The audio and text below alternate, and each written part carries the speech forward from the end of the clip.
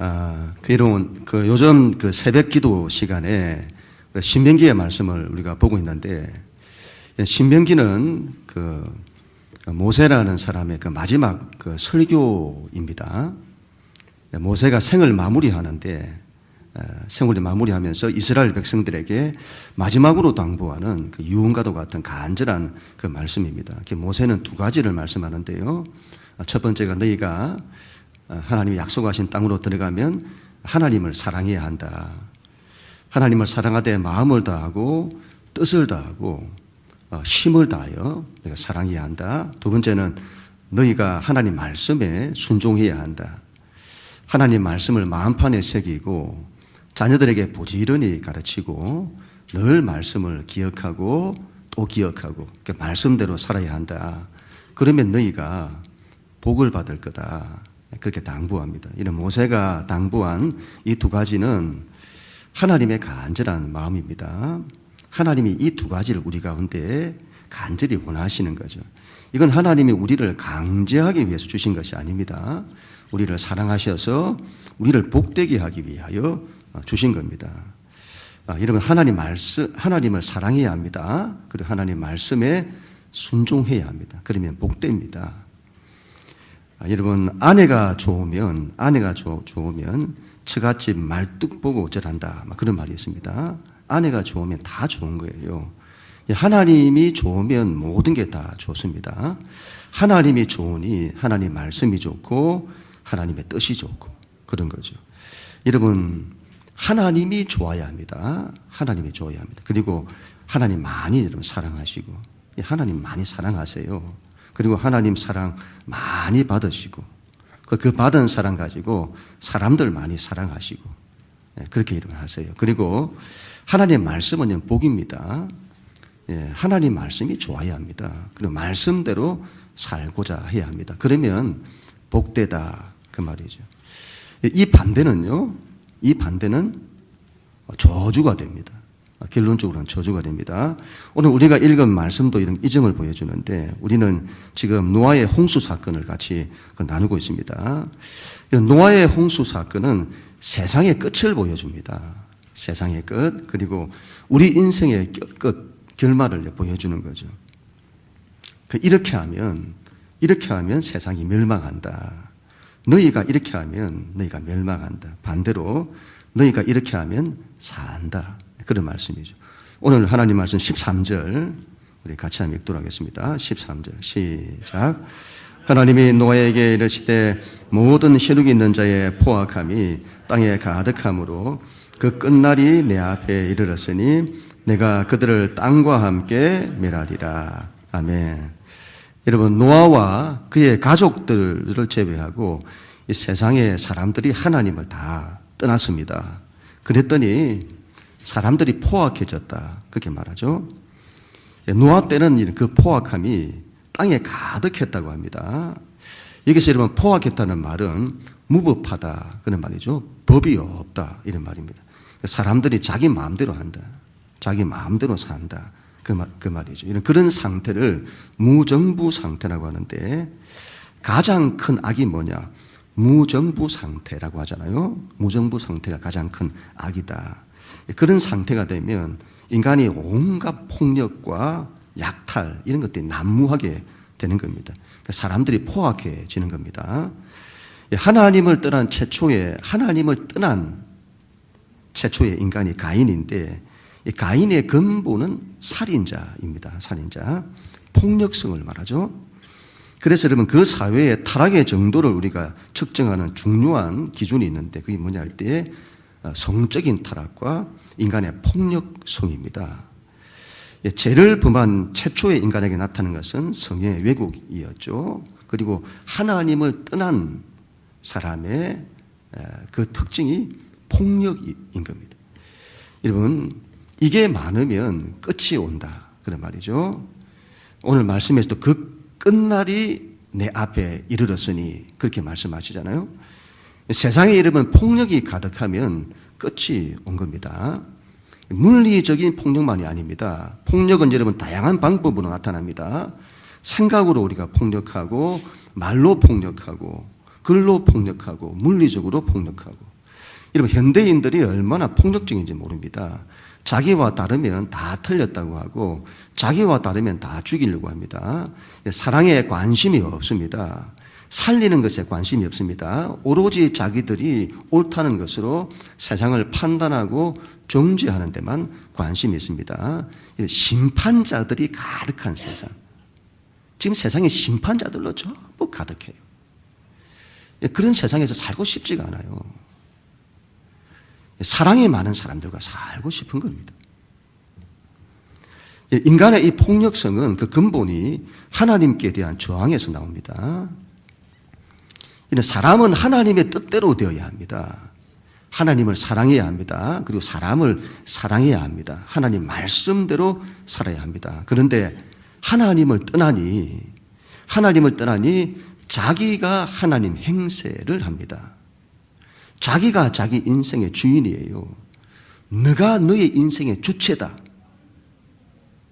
말은 그럴듯한데 그래서 여러분 하나님이 필요 없다는 겁니다.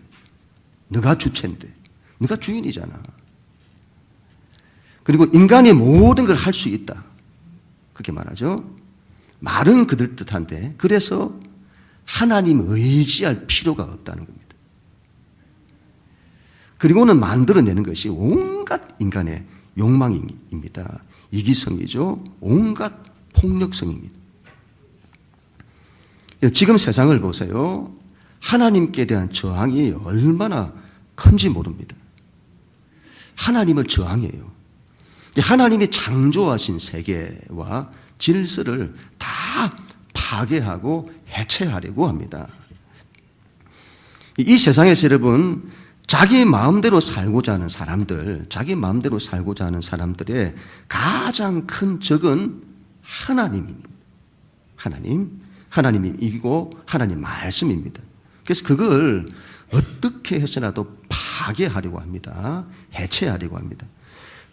여러분 가정을 해체하려고 하죠. 가정의 부모와 자식 간의 그 사랑과 그 질서, 그 남녀 간의 성에 대한 사랑과 그 질서, 그리고 법의 통치, 이런 걸 이 세상에서 하나님이 세우신 창조의 모습을 다 지우려고 합니다. 하나님이 만드신 것을 다 버리고 자기들이 만드는 자기 성과 바벨탑을 쌓으려고 합니다. 그 결국은 멸망이라는 것이 성경의 정언입니다. 하나님을 떠나면 결국 멸망합니다. 반대로 여러분 노아를 보세요. 세상이 뒤집어지고 심판받아 멸망할 때도 그는 하나님의 은혜를 입습니다. 하나님이 그와 함께 해주십니다. 그리고 그를 지켜내시죠. 하나님을 붙들면 반드시 삽니다. 하나님이 살리세요. 우리는 이제 이 믿음으로 반드시 일어서야 되겠습니다. 우리 14절부터 16절 말씀인데 우리 하나님 말씀 같이 한번 읽도록 하겠습니다. 시작. 너는 고페르 나무로 너를 위하여 방주를 만들 때 그 안에 칸들을 막고 역청을 그 안팎에 칠하라. 내가 만들 방주는 이러하니 그 길이는 300규빗, 너비는 50규빗, 높이는 30규빗이라. 거기에 창을 내되 위로부터 한 규빗에 내고 그 문은 옆으로 내고 상중하 3층으로 할지니라. 아멘.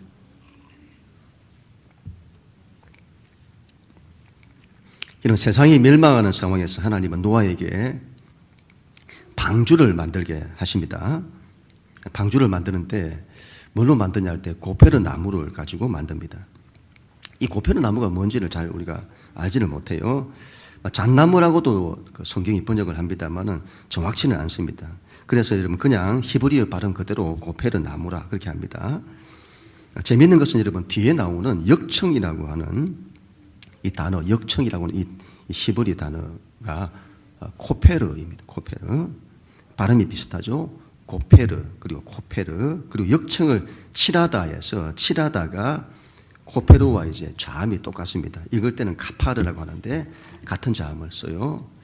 같은 어원이다 이 말이죠. 그래서 여러분 카파르가 칠하다는 뜻도 있습니다만은 속죄하다는 뜻을 가지고 있습니다. 그래서 이 고페르가 무슨 나무인지 정확히 알 수는 없습니다만 속죄와 관련된 어떤 의미를 가진 나무일 거다. 그렇게 우리가 추정을 할 수가 있죠.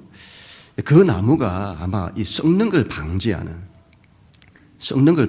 부패를 방지하는 단단하고 또 내구성이 강한 나무였던 것으로 보여집니다.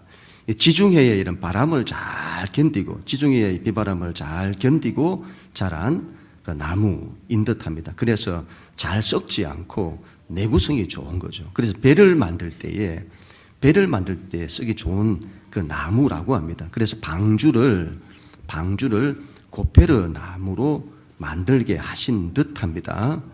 노아의 방주는 구약으로 하면 성막, 성전을 상징하고 신약으로 하면 교회를 상징합니다. 우리가 인생의 비바람을 잘 견디는 사람이 되어야 합니다. 여러분, 삶의 비바람을 잘 견디는 사람이 되어야 합니다. 하나님은 그런 사람을 사용하여 교회를 짓습니다. 하나님께서 모세를 통해 성막을 지을 때는 시띠나무를 가지고 짓게 했습니다. 시띠나무는 조각목이라고 하는데 성막에 들어가는 널판들 그리고 성막의 기구들을 전부 이 나무로 다 만들어요. 이 나무가 어떤 나무인지 알 때 광야라고 하는 광야의 척박한 환경을 견디며 자란 나무입니다. 그래서 내구성이 좋고 오래 가는 거죠. 우리는 여러분 광야와도 같은 이 인생의 고난과 어려움의 환경들을 잘 견디어내는 사람 되어야 합니다. 여러분, 믿는 사람은 삶에서 이런저런 비바람이 치고 풍랑이 임다 할지라도 이걸 잘 견디는 사람이 되어야 합니다. 하나님은 그런 사람을 통해서 하나님의 교회를 세우시는 겁니다. 이런 고페르 나무로 방주를 만들고 역청으로 안팎을 바릅니다. 이 역청이 뭐냐? 고페르 나무의 진액이냐? 그렇게 볼 수도 있겠습니다만은 아스팔트, 타르로 봅니다. 이 건동 지역이 석유가 많은 지역인데 자연적 아스팔트, 타르가 많이 나는 거죠.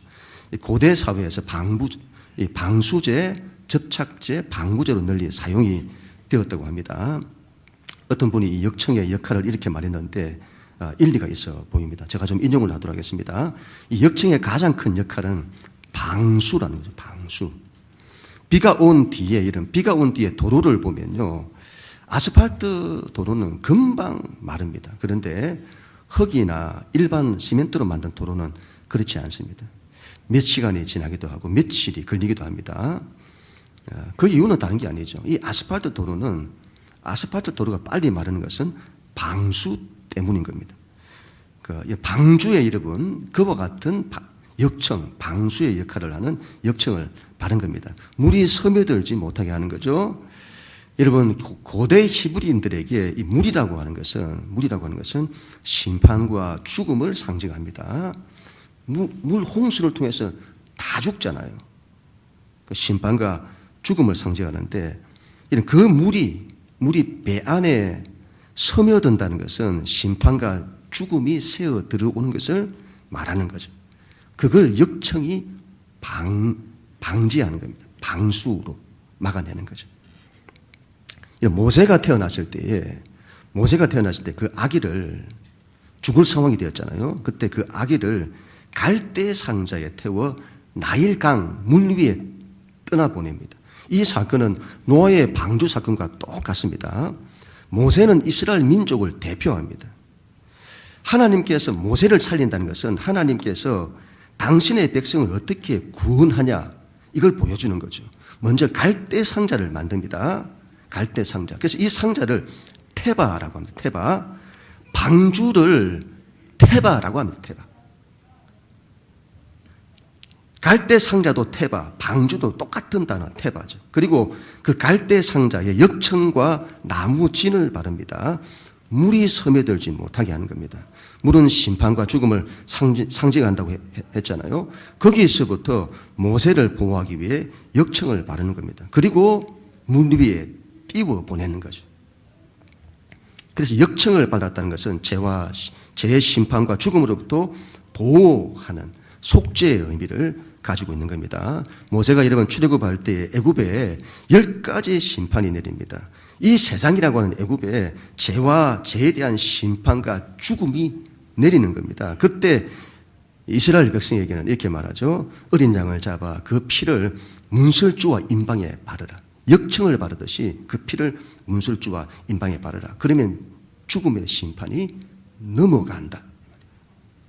그래서 역청이란 죄와 죽음이 넘어가게 하는 어린 양의 피, 예수님의 피를 상징하는 거죠. 속죄의 피인 겁니다. 이런 교회는 구원의 방주가 되어야 합니다. 태바가 되어야 합니다. 구원의 방주가 되기 위해서는 방수가 잘 되어야 합니다. 교회는 방수가 잘 되어야 해요. 역청을 발라야 합니다. 예수님의 피를 발라야 합니다. 이 피가 없으면 죄에 대한 심판과 죽음이 들어와서 죽습니다. 피를 발라야 합니다. 그래야 심판과 죽음이 넘어갑니다. 우리는 예수님의 피, 십자가가 얼마나 큰 능력인지를 알아야 합니다. 예수님의 십자가가 얼마나 큰 능력인지를 알아야 됩니다. 심판과 죽음의 권세를 넘어가게 해요.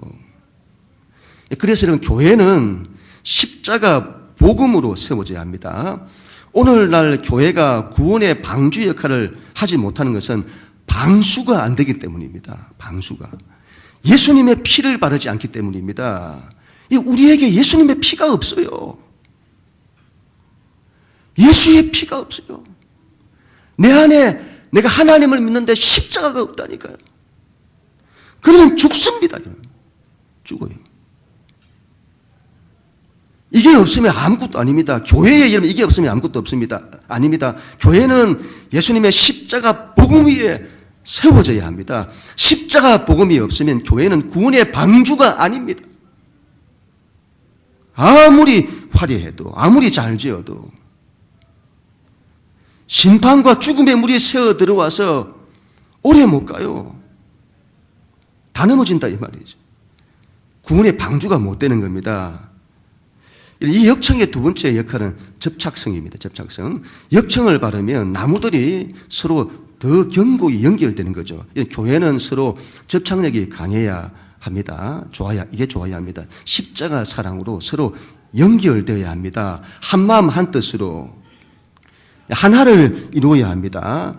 십자가 복음이 있어야 하나가 되어져요.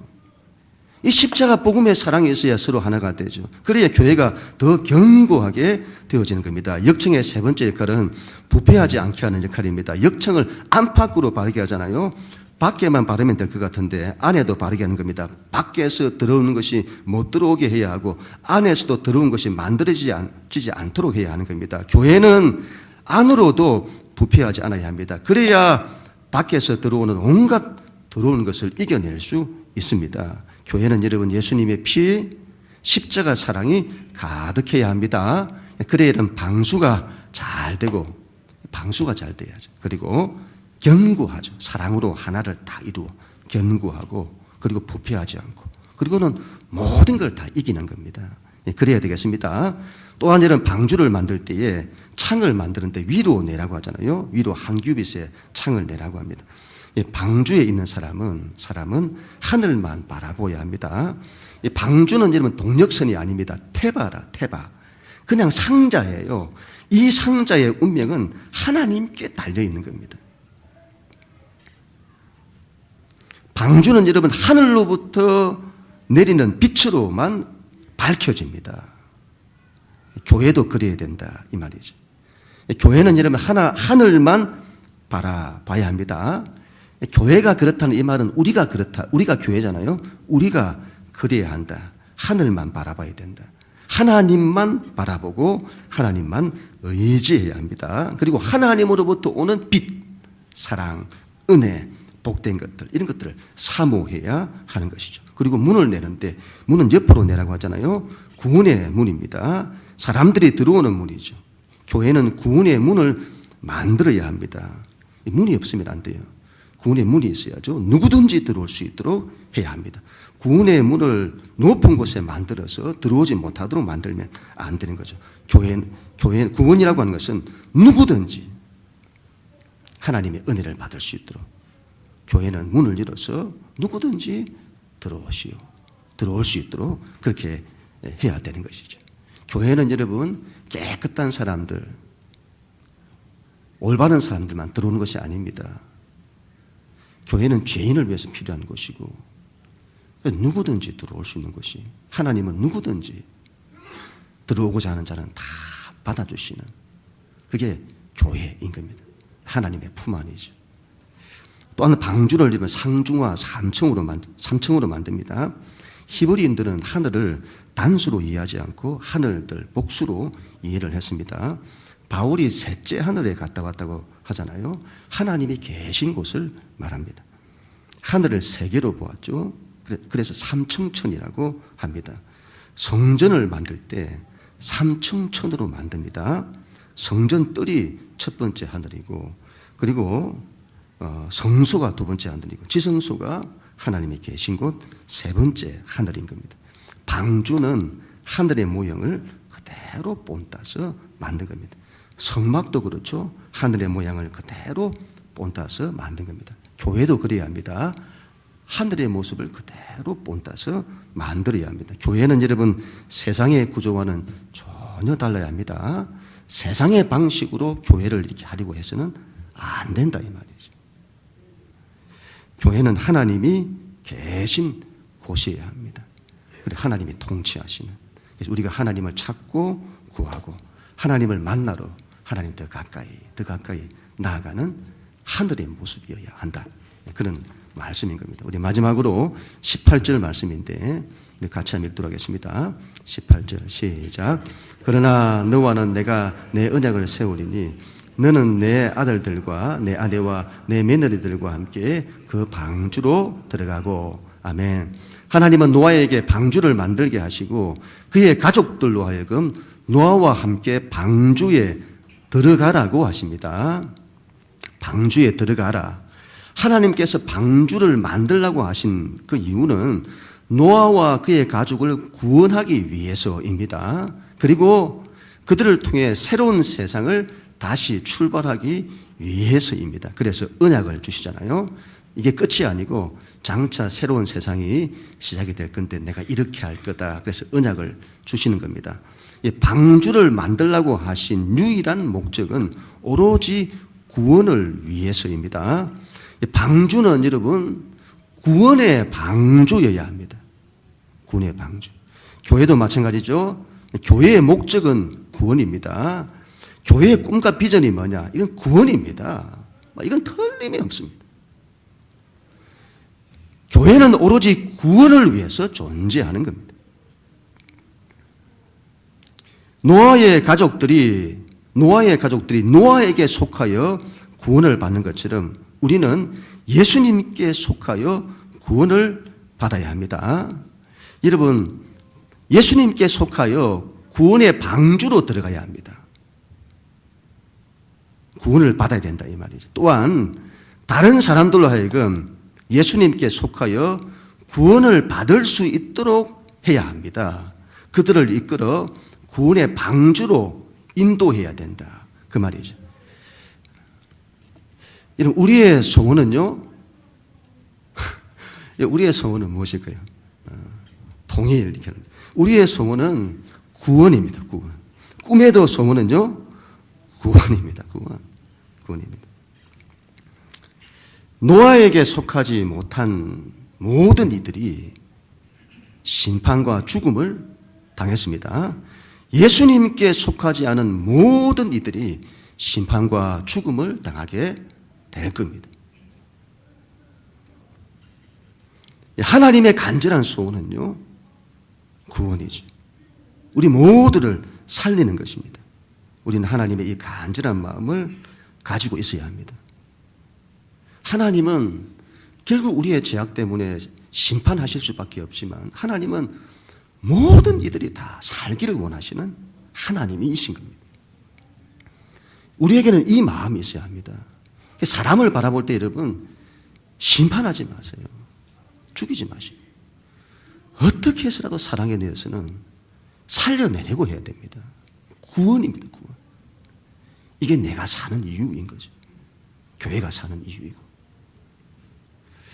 교회가 감당해야 될 여러 사역들이 있습니다만은 가장 중요한 것은 구원입니다. 구원, 사람을 살리는 것입니다.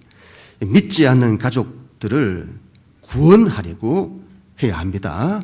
믿지 않는 이웃들을 구원하려고 해야 합니다.